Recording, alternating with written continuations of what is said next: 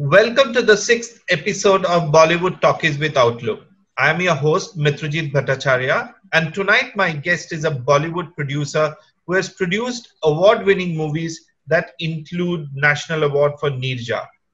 He is also India's most known celebrity photographer, talent manager to B-Town A-listers, a sports enthusiast, and an influencer of all things fine. A multifaceted, no-nonsense, super witty individual and a friend of mine, Atul Kasbekar. Welcome to Bollywood Talkies with Outlook. Thank you, Mitrajit. I'm going to take you everywhere with me to give that build up because that sounded formidable. I'm like, I want to know this guy. Celebrity talent management, fashion photographer to producer. How did you chalk out Nirja? So, we were managing talent for a while, and you're tuned in to, the movie making process to some extent. You're getting familiar with scripts and taking a call on whether your talent should do that film or not. And is are the people behind the project worth, trusting a year of your star's life onto?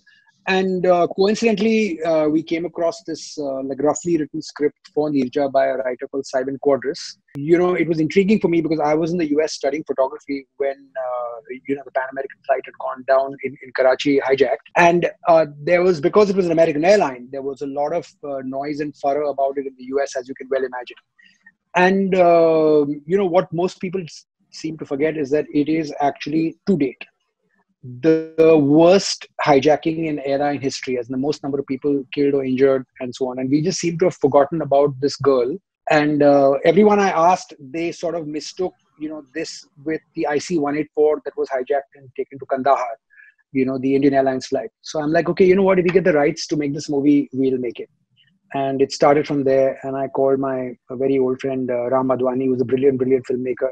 He got intrigued by it, and the rest is history.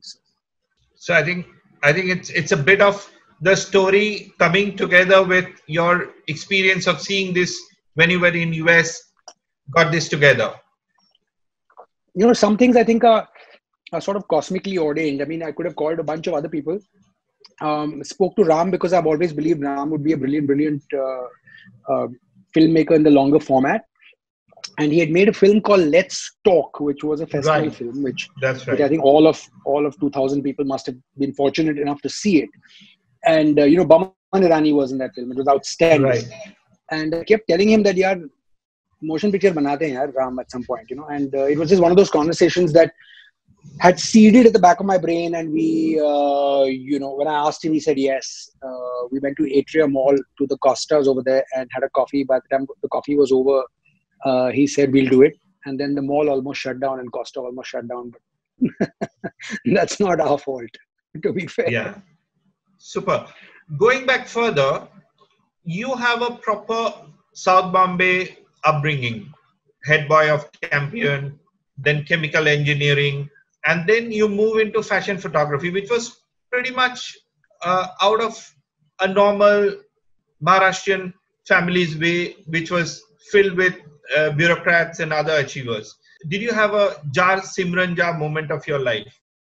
The thing was, I was studying chemical engineering because I had the grades for chemical engineering. I had not really considered any big alternative other than that. It's just that, my dad had a chemical factory, so it sort of made sense to do chemical engineering, that kind of thing. And I had the grades to get into what was then UDCT.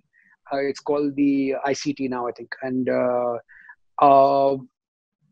easily the best institute for chemical technology, chemical engineering in the country at that time. And then you get the grades to do this. But, when I went there, I realized that I really pretty much did not like what it was all about. The engineering part, the college was great. Then it was a question of finding what I loved and, trying to, pursue a career in something that was never work, so to speak.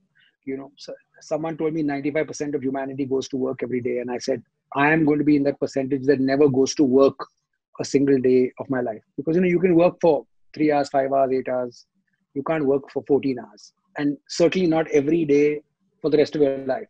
So for me, making up a photograph, creating an image is a interesting, fun process. It still turns me on. If it didn't, I would stop. reason So for you it. must have had some mentors at that time who guided you to be in photography. So can you just take us through some of them and their contribution in your life? So that's actually a good question, and I'm always happy to give credit where due. And it's something I've tried to imbibe for the rest of my life because I always liked the photos of Gautam Rajadhyaksha. If I liked a portrait, it inevitably seemed like the photo credit at the bottom was Gautam Rajadhyaksha.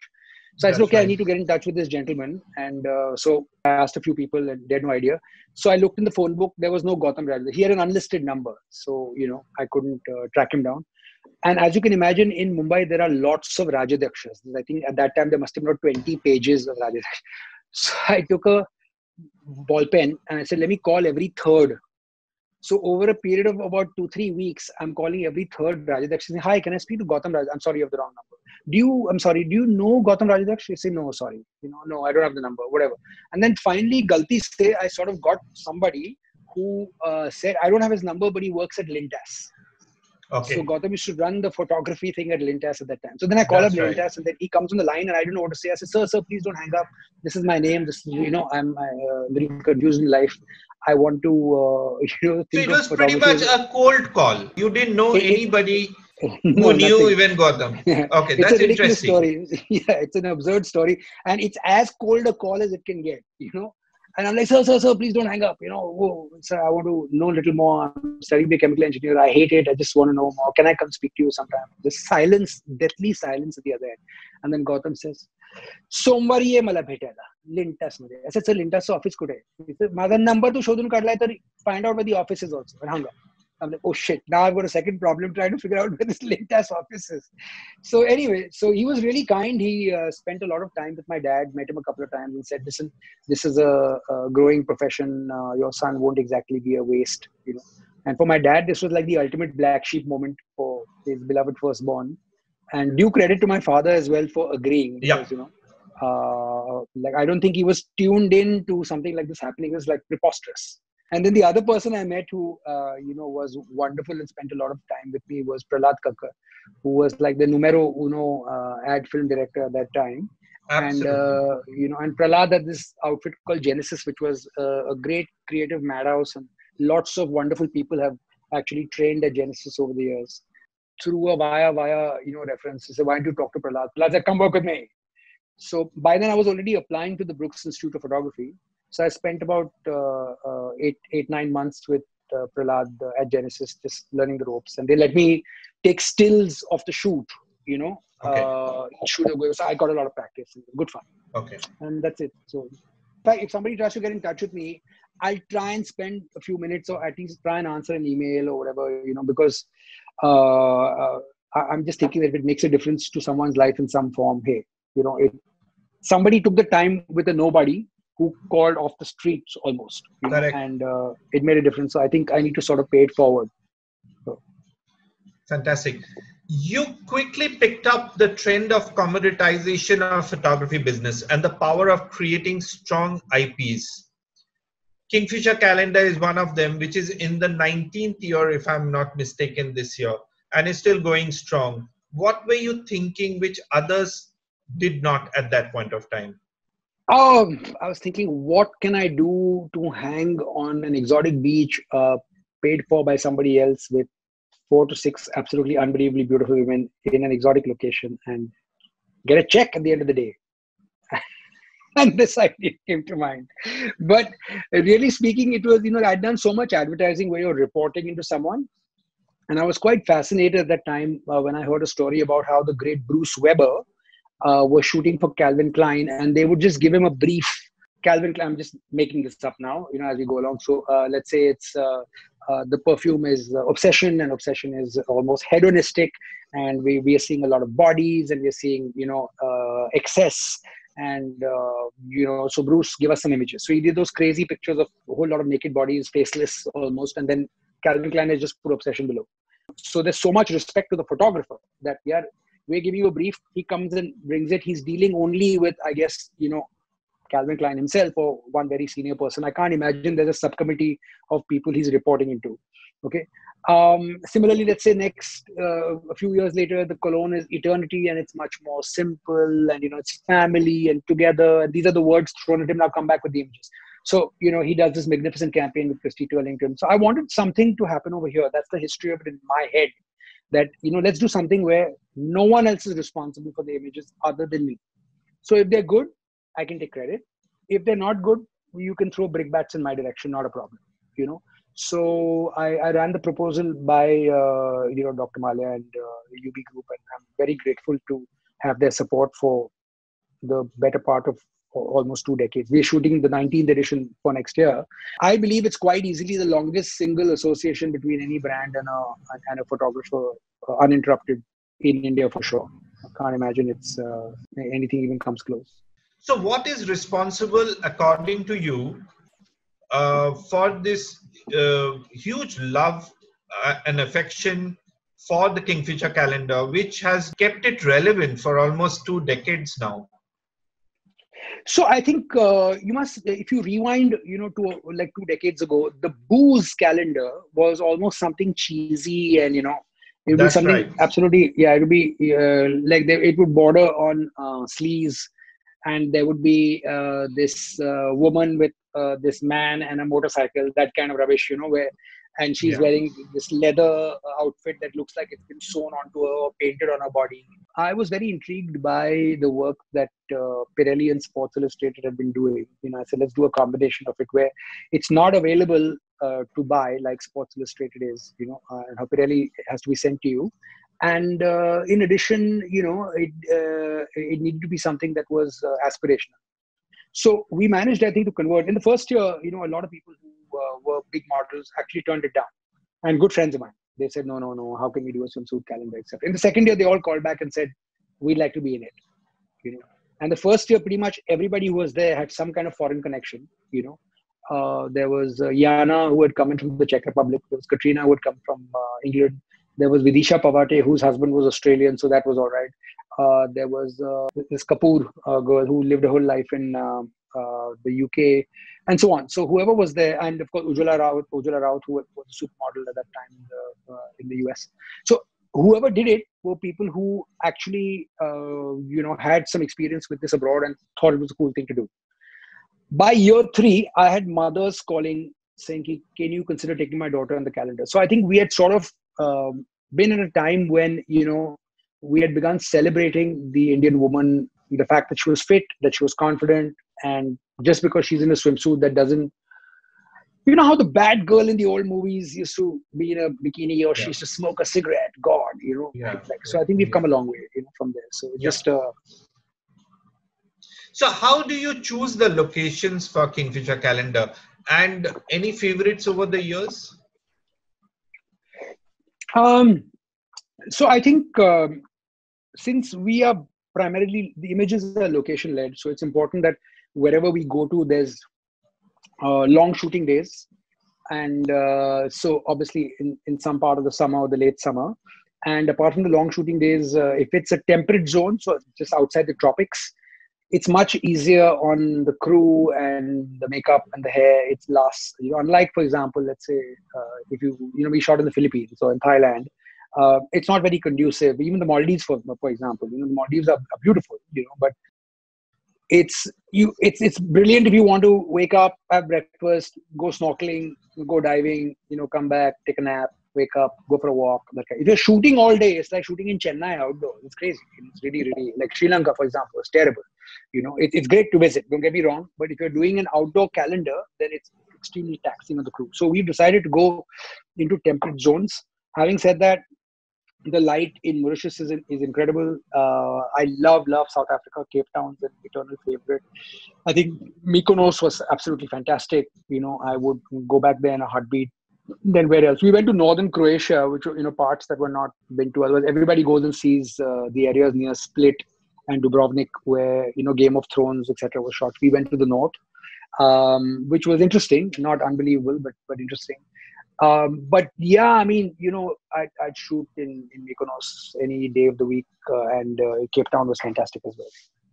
We've been invited to the Caribbean, but I don't know if that'll happen in a hurry now. So. So KFC is also the stepping stone for many of these models to make it big in Bollywood.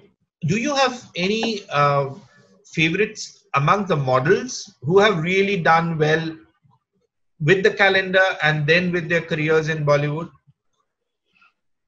Oh, that is a formidable list. In the first edition, we shot with Yana and Katrina.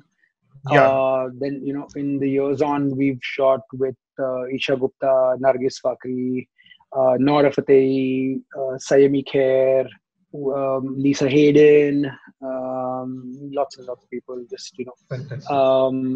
then there have been a couple of girls who we've shot who've had sterling careers in the South. Angela Johnson went on to do some really big work abroad in New York. So it's always been like wherever people have been. I think what happens is after the calendar, they've inevitably gone into a higher orbit. Whether they've gone into the stratosphere is another story. Then, of course, I mean, the legendary one is we shot with Deepika in the fourth edition. I think it was in Australia, and she went into the stratosphere. Fantastic. What happened to the supermodels? Like, who killed them? Why do we not see them anymore? Yeah, good question. I think collectively, I think we managed to murder that entire concept, which is a pity because I think there's been like a long time in our business where there were a lot of people who were stars in their own right. I mean, people went up to them and took autographs and wanted to take a picture. And this is, I think, slightly before the selfie became the most intrusive thing in the world. But otherwise, you had. I mean, there was Madhu Sapre and Sheetal Malar and, Milind Soman, Rahul Dev, Arjun Rampal were all huge models in their own right and stars. I mean, when they walked into a room, a lot of heads turned because they were famous and they got paid a lot of money and, for their assignments. I think somewhere along the line, we had this influx of, a lot of foreign models come in, which sort of, I think, just made the bottom fall out of the price points in the market. And that pretty much killed the local market. And as you know, we have this inordinate obsession with fair skin. So whoever it is that came from somewhere, would get a quick break. And they're not looking for any paperwork. They're willing to do things at lower money. And, so it became very difficult for our boys and girls to sort of make it there. I mean, it's a joke, really. And more's the pity. Also, what happens is, please understand that I think to some extent, it's a collective bunch of reasons, but I think a lot of fashion magazines that inevitably had models on the cover, then started putting movie stars because the copies were not selling off the shelves with a model. So go figure, So, then all of a sudden, movie stars were making it, onto fashion magazine covers. And once in a while, I mean, of course it's okay. But it can't be that every cover then became whatever. And once a year, you took somebody who was a model, bummer. So, since you have really become a producer on your own and figured out how to go about being a producer, can you just tell us that what does it take to produce a movie? So, I think, first of all, it's an arduous test of patience. On any given day, there will be 100 different things that will potentially go wrong, and a producer's job is to anticipate them as much as possible before they go wrong, and fix it. So you're basically just doing that all the time, and the glamorous part of it is that you think you're playing Zubin Mehta and you're creating a platform where creative people can come and jam and create some interesting sound. The reality is that you're playing Mr. Fix It all day, and after all the the creative part of it is done, more and more it's about logistics and being on the ball on that. And to be honest, that part of it, which is the hardcore part of it, is not my forte. It's not something that I think I'm like tuned in inherently to do.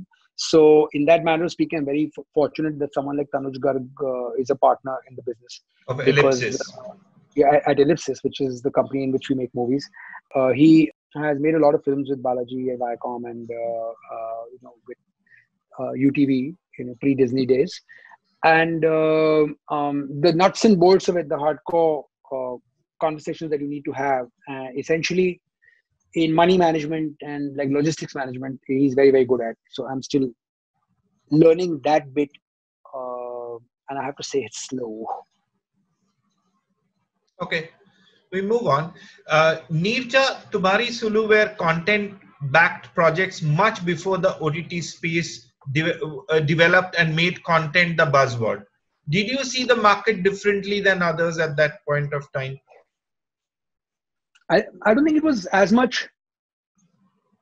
It's not like we sat down and said, my question was, would I watch this movie?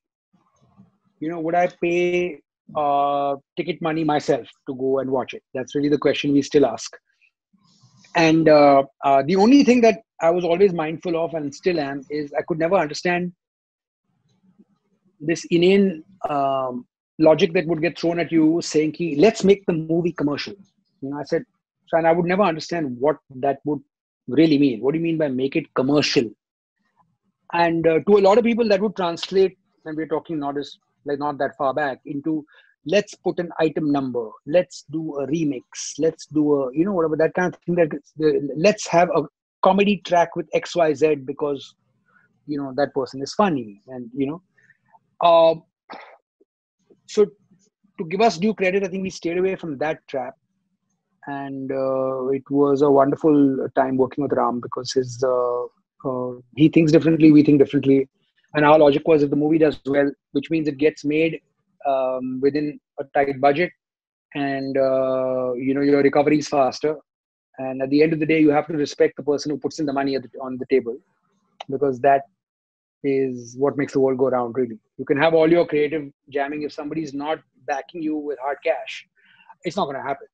So however it is that you raise the funds, and we're very grateful that we had Fox for our first film, and then we've had T-Series since, and now Sony Pictures for the remake of Run Lola Run. How did you sell your first movie to Fox? What happened? So as a first-time producer, you had a script, you're fixed with Ram, how did you sell it to a studio? Yeah, so that's a good question. I think, as Hitchcock said, there are three things that are most important in making a movie: the script, and then the script. So I think the written word was fantastic. And if somebody is getting into the business, they should, just as an exercise, some of the good films out there, just read the script. You can do that with Neerja as well. It's and inevitably it made people cry. It was uplifting and it was really nice. And again, credit where due, we had pitched it to Richa Pathak, who was joining Fox shortly. And Richa, who was the creative producer on our film from Fox, she said, I'm going to be joining Fox. When I join Fox, the first call I'll make is to you. So don't go anywhere else. We'll do this movie. And then she kept her word. And, and then we did the film. So, she believed in the written word. But when we went there, it wasn't a pie in the sky. It was, here's the script, we've invested in it. Here's the director, this is his life's work in advertising, which is unbelievably good. Here's the writer, here's the dialogue writer, Sayukta Chawla, who was exceptional. And, this is the actress. We're set. Now we just have to fit in the other pieces and, and then go for it. How was it working with Shabana ji in Neerja? And at this stage, I will also ask you to add Vidya Balan in Tumhari Sulu. So if you could just talk a bit about Shabana Azmi and then about Vidya Balan. Yeah, those first two movies have spoiled me for life because it's... So we pitched, after a long process of internal okays on the script, I called up Shabana ji and said, listen, I have this role and, can I send you the script? Now, here's a lesson for young actors out there, however hot and amazing you think you are. We're talking about somebody who's an absolute master of her craft, okay? Shabana, and she read it in less than 48 hours. I can't say this about too many people. It's not like she's not busy. She's very busy, okay? Then, she comes to us and says, listen, first things first, she wanted to double check that we had the rights, etc. She knew the family, so she checked that back end and all that. And she said, okay, I'm familiar with Ram's work. I'm doing this. So she said, listen, I'm doing this. Okay. So it's not a discussion. We're doing this. And I'm like, I really don't have the budget to pay you what you normally get paid. She said, which part of I'm doing this did you miss? So you pay me whatever you want. So that's a different story. I don't want to get into that. But she basically, what I find incredible, and I think people should, and I'm not just discussing this from the money part of view. I mean, what she got paid was a fraction of a normal fee. But there's a greed, and I mean greed in a good way. The greed in this case is very good. There's a juicy role out there. I can sink my teeth into it, and I know in my bones that I can hit this out of the park. So I will do everything in my power to get that role. And then money is not the the driving force or the reason to say no. I'm just going to do this because.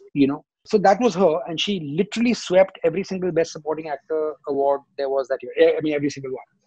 And she was gracious enough to give us due credit. But when the movie released, she called me and she was yelling on the phone. And I'm like, what did I do? She's saying, मुझे phone करके ऐसे बात कर रहे हैं जैसे कि ये मेरी डेब्यू पिक्चर है. सब ऐसी तारीफ कर रहे हैं कि I say I've been acting for almost 40 years. What's wrong with people? And, I'm like, okay, that's a backhanded compliment she gave me. I was worried for a minute. I said, okay, that's interesting. So someone like Vidya Balan also is the kind that absolutely spoils anybody who is in the movie making process, especially producers. She takes a while to say yes to a movie, which is fine. She'll ask 100 questions, which is fine. But once she's committed, then it's 110%. And there's a happy, smiley, driven individual who's trying to make the best possible movie that one can make. And that's all you can ask of someone. So, I mean, Suresh Triveni, brilliant ad film director, had written Tumhari Sulu with only her in mind.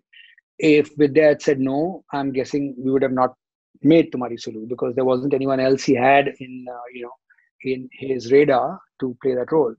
I think when, as a female actor, you start getting tailor-made stuff which is written literally with you in mind, and there's no plan B. It's just plan V. And or the plan B is Balan, then I think that's it's complete testimony to your mastery over the craft and the fact that you have now created an audience that is going to be out there saying, "Yeah, Vidya Balan ji ki picture agar hai to kuch to hoga usme, to jaake dekhte hain." Again, she got, I think, most of the awards for the best actor in a female role that year. For the movie Tumhari Sulu. Well. Yeah. So I'll slip in the first audience question at this stage. Ishan Chaudhary from Mumbai asks, I'm a 16-year-old and pursuing IB curriculum. I want to take up acting as a career after graduation. What would be your advice on how I should prepare myself and what would be some prerequisites for the same?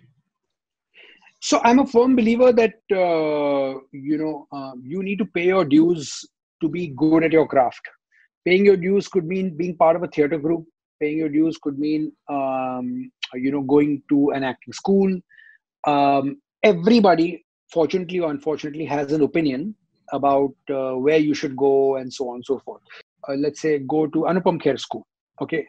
There'll be some people say, oh, it's great. Some people say, oh, it's not. You say that other school, they'll say, oh, it's great. I'm saying if it's an art school, which this is, it's what you take out of the school. There are so many people who went to, photography school who people may not have, this is not to blow my own trumpet at all, but people may not have heard of, and they went to the same school. There are colleagues of mine in the US who went to the same photography school, and some of them are not doing photography anymore, didn't do it for very long. So the art school is what you take out of it. So, and it's never a process of, okay, that's it. You know everything now. It's always a process of learning and then learning more and then learning more and then learning more, So I think I would advise him to certainly go through some kind of formal programs, regardless of what anyone says. It's a good idea to be part of a theater group. And as and when, if there's an interesting workshop, there are 3-day workshops, 8-day workshops, to hone specific skills.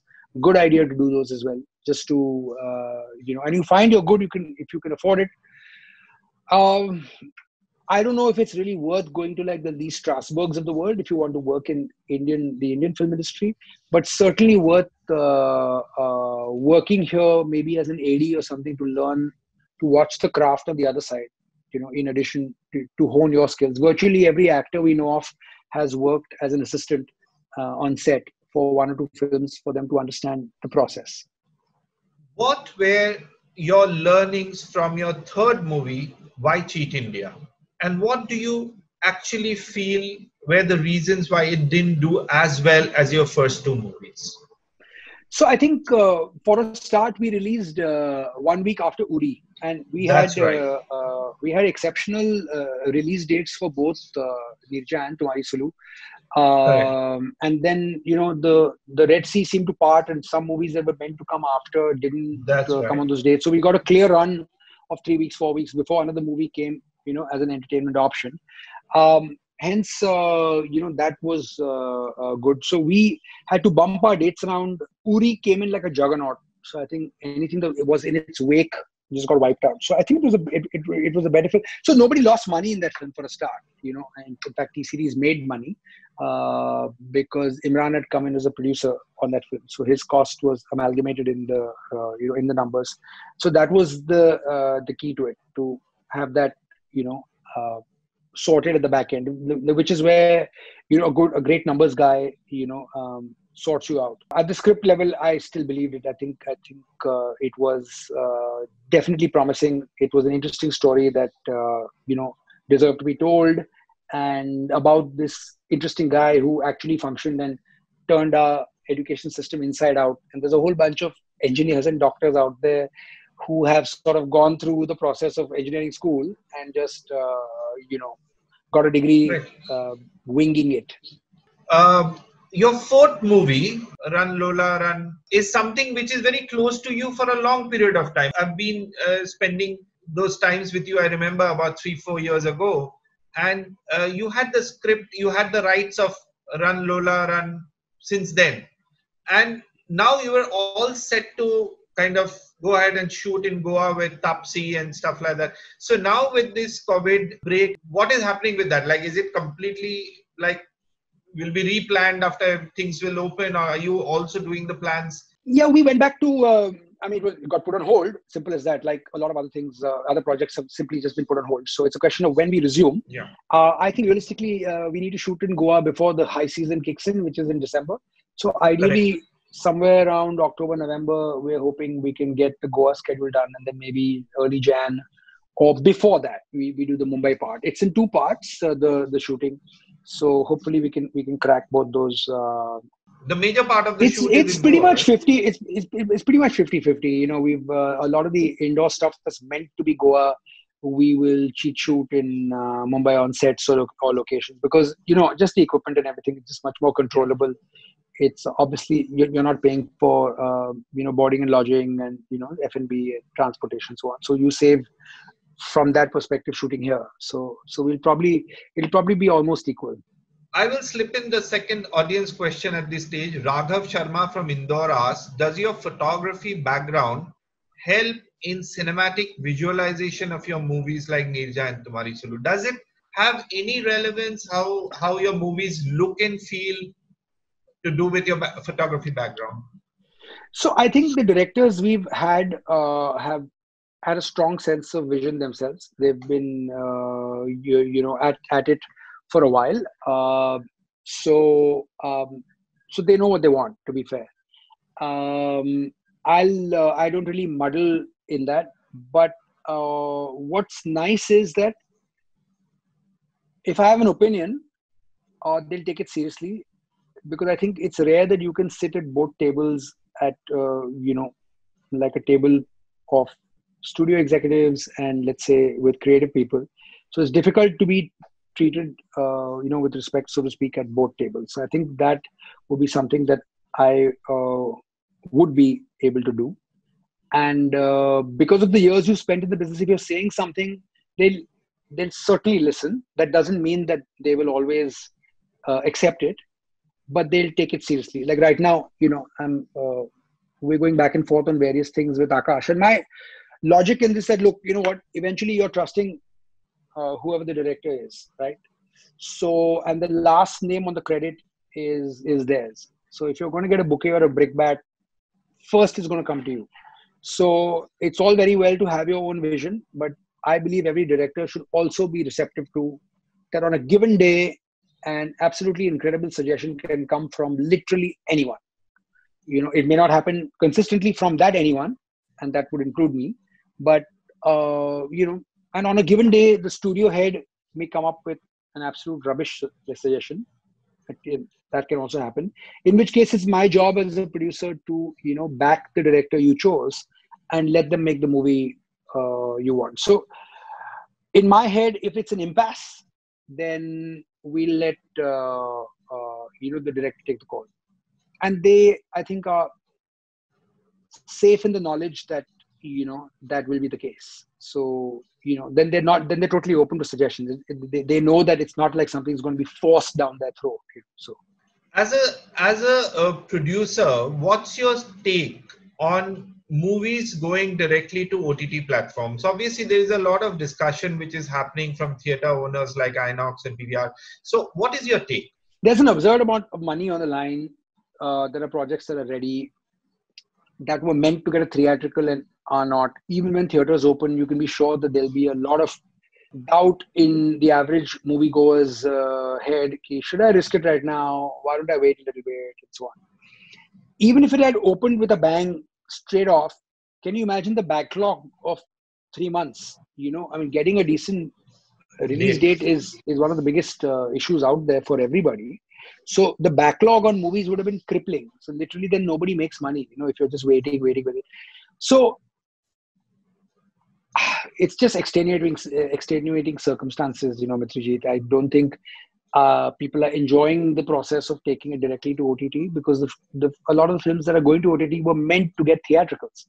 And that's not happening. So, you know, so either you just sit endlessly, and the endless wait could be 8 months, 10 months. God knows when you and I feel safe to do our weekly movie jaunt, you know. So I think that's important to bear in mind. So it's one of those now. I'm actually really nervous as to what's going to happen to a lot of small businesses. Forget about the movie theaters, which is a much bigger enterprise. But a lot of the smaller people in all kinds of other areas like restaurants, etc., are going to be wiped out, you know, in this mess. The movie business is just, the exhibition business is just one of them, you know, that's going to be in trouble. But when you open, look at the bright side, the backlog is so much that theaters will have a movie a week, you know, to release, literally, if not 6 movies a week. So I think, you know, when people start going back, yeah, you know, when they go back to the theaters, hopefully they'll recover it with vengeance. Another question.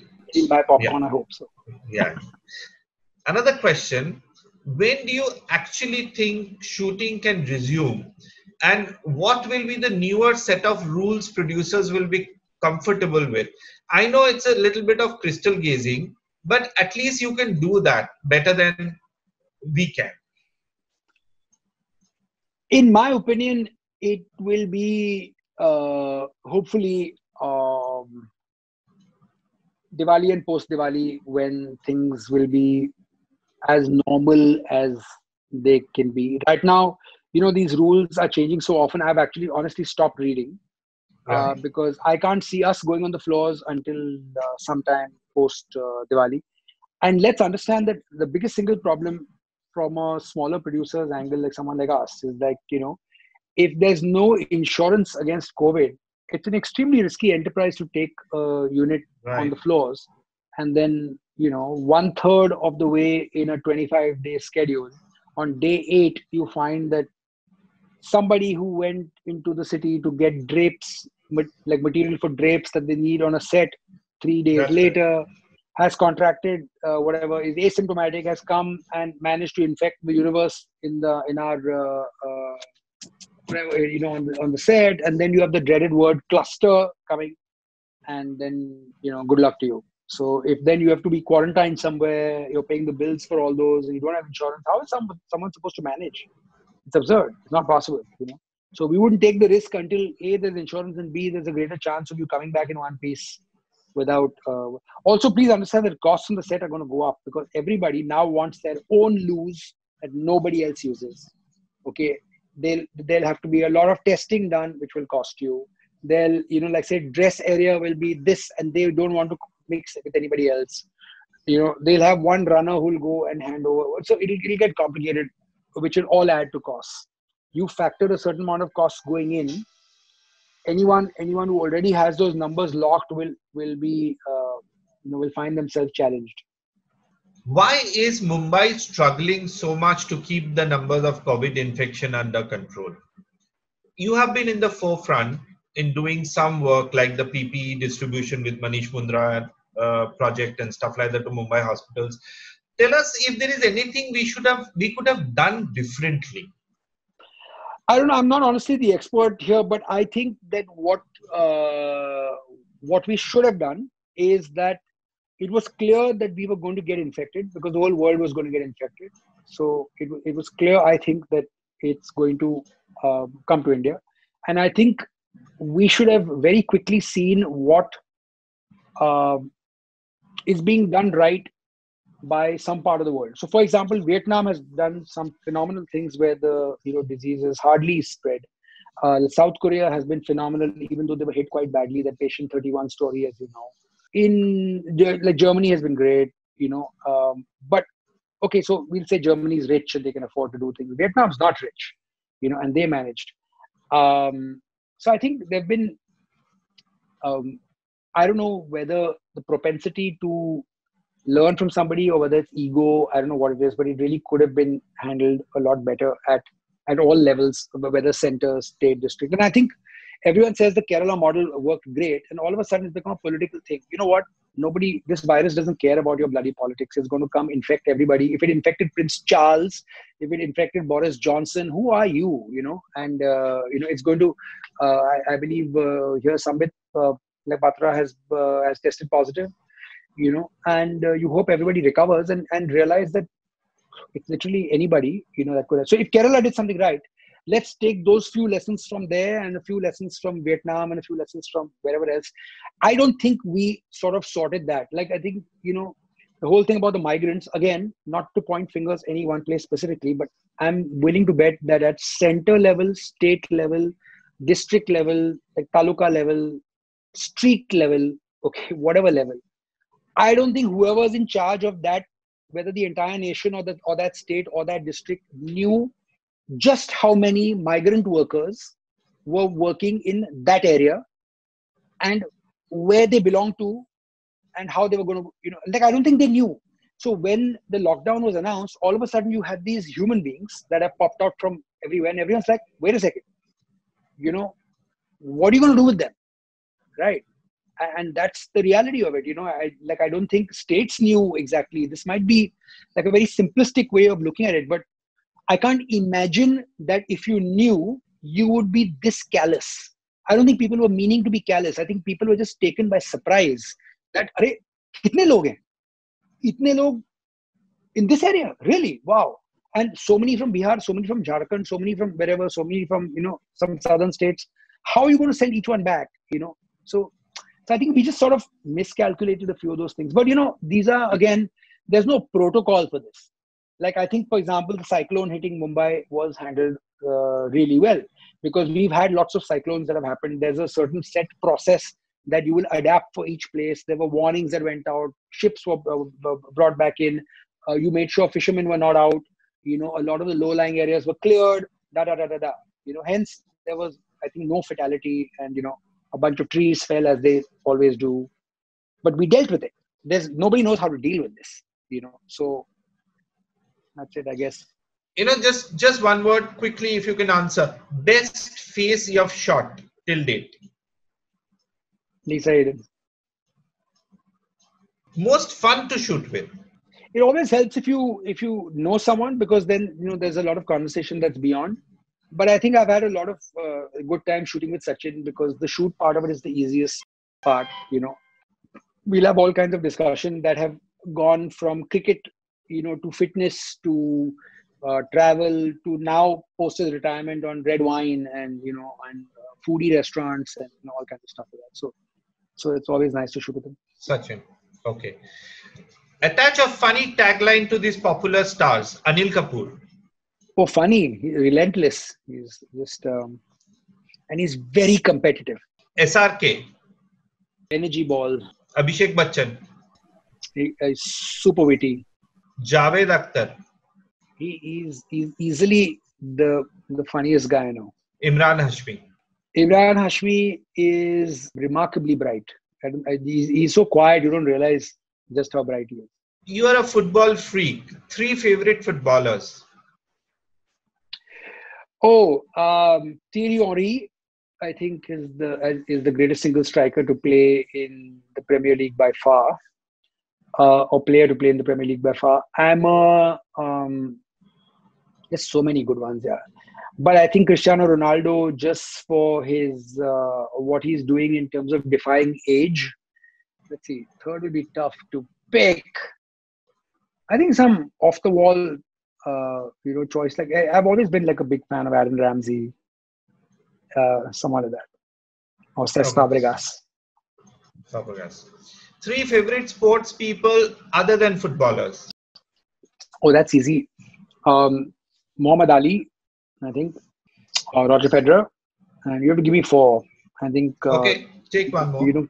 Yeah, I think Kareem Abdul-Jabbar and Serena Williams. Best live match which you have witnessed?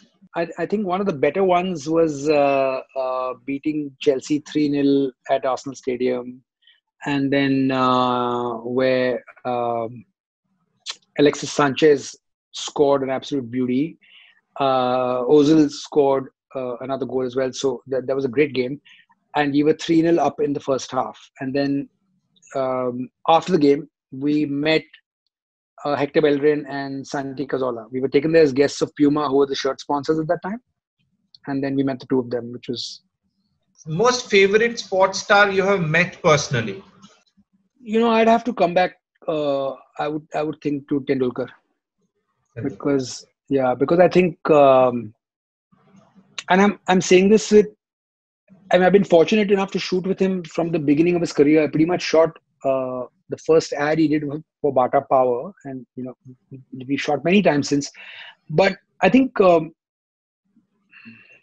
just to understand that this person who you have proximity to is literally someone who the nation would stop doing whatever it is they were doing when he would come out to bat. And if he got out, there was a point where we thought, "Achha, that's the end of the game," and India is now lost, right?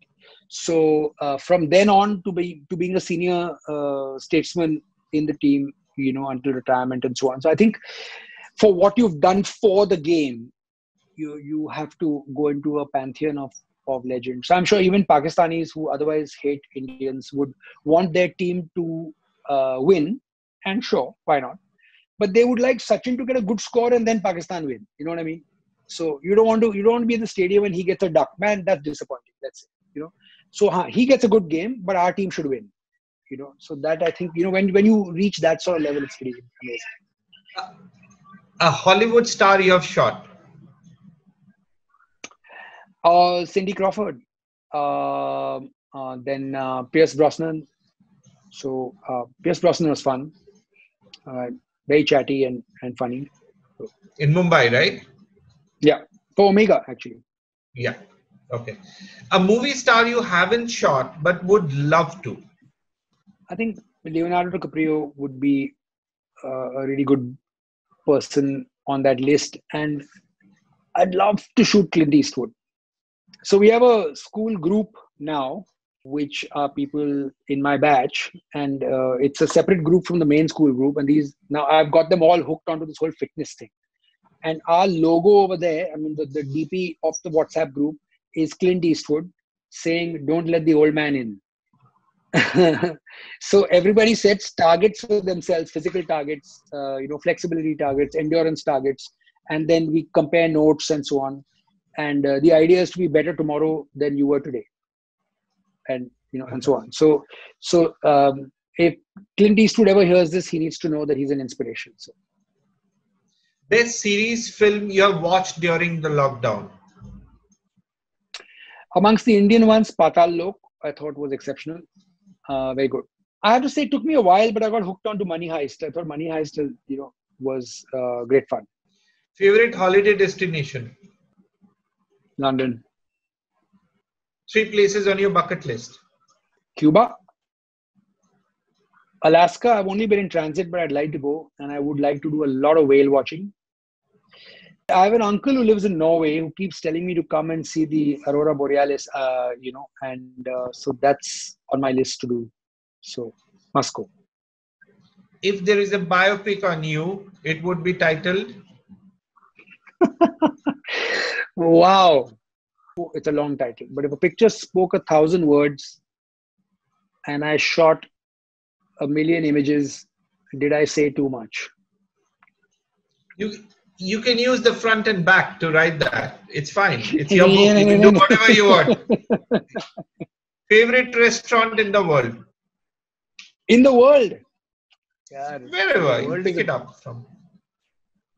I suppose it's the one I haven't been to yet, but these really close friends of ours in Holland, we have this master plan to go to Massimo Bottura's place, Francesca Osteria, I think it is.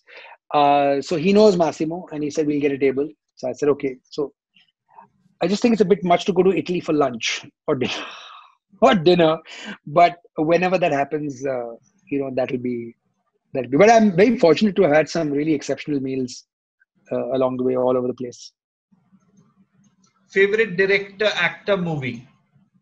Oh, movies, there's so many, but I think I just saw Shawshank Redemption again the other day. I was doing some catch up on classics, and I think it's an absolute masterpiece of a film. That, and I think Forrest Gump is just an exercise in screenplay. It's phenomenal. Favorite actor, I think, is Daniel Day-Lewis. I don't think anyone else has done the kind of range he's done. I'm a big fan of Clint Eastwood, like I said, purely because I think when you look at his, Dirty Harry kind of, persona, it was this very, very commercial Western, whatever. Who thought that this guy would be, like directing some of the films that he did, which were Oscar-worthy, thought-provoking, and then somewhere in his mid-80s, he's doing a film like American Sniper, when, very, very difficult, logistically difficult films to do and complicated films to do, Also, hats off. I mean, if one can, I think one should use that as a benchmark of just how to be in life. Last 2 questions. Favorite gin? So, I think the Hernås from Sweden is exceptional. But yesterday, I have a Martin Miller bottle at home, which I had a sip of, and I have to say that was exceptional. Really, really good as well. Any Casby special bartending tip? Yeah. I think you should add your own little twist to, the cocktail. So then it just becomes a little bit unique, because at the end of the day, the recipe is out there. It's not like, you're really, really inventing something per se. So for example, if I make an espresso martini, which I can do quite well, instead of just putting 3 coffee beans on top, which people do as a garnish, so I use these, dark chocolate covered coffee beans. So at least when you have it, it's not completely bitter, and you've got that dark chocolate taste that you hit, and you still get the coffee bean because there is a coffee bean inside that. So just little twist like this. In my margarita, I put a lot of lemon zest. I scrape the rind and chuck it in, so it gives that bitter hit. Otherwise, the margaritas are too sweet more often than not. So things like this. So I'll add a little bit of a googly. Thank you, Atul. Thank you for talking to us in Bollywood Talkies with Outlook. Stay safe. See you on the other side of the break. Thank you. I hope the other side is sooner than later. Absolutely. Thank you very much. Pleasure. Thanks, guys.